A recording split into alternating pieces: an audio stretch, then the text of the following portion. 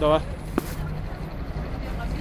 Tātad vēl joprojām dodamies pa šīm Londonas centra ielām, jeb Oksfordas ielu, un bija veikalā,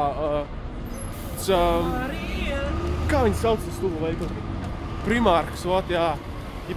Tas tā kā super vispasaules RDA sanāk. Un viss slēdz, tu man tā teici. Tātad, nerunāju, ja es runāju ar kameru, tad es runāju ar kameru, es neteicu dialogu ar nevienu citu. Bet it kā viņš bija baigi lēts, bet es gribēju dabūt Gryffindora džemperi. Bet tas nesanāca, jo viņi, tur nebija. Es redzēju, sievietēm bija pa pilnai, es gribēju Gryffindor piks, jo pirms es braucu šurp, es Twitterī ierakstīju. Es kādu dienu būšu Gryffindorā. Es gribēju piepildīt šo sapni, saprotiet. Gandrīz tas piepildījās.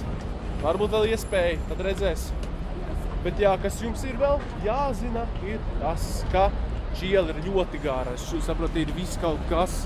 Te ir arī, saprotiet, jā, te ir tik maz bomžu un dzērāji. Es saku, te vienkārši nekad nesmirda. Un, nesmirdēs kādu laiku, kamēr neviens nepirdīs. Bet, jā, šī ir, kas šī pa vieta? Paga, ne jau tas ir muzejs.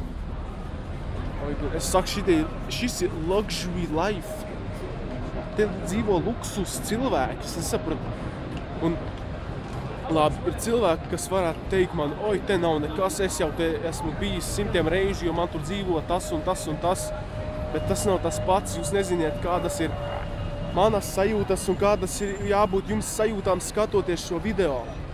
Varbūt es runāju, bet līdz ar to jūs varat paņemt un izslēgt ārā skaņu. Tagad es varat 10 sekundes, lai jūs dzirdiet skaņu šeit apkārt.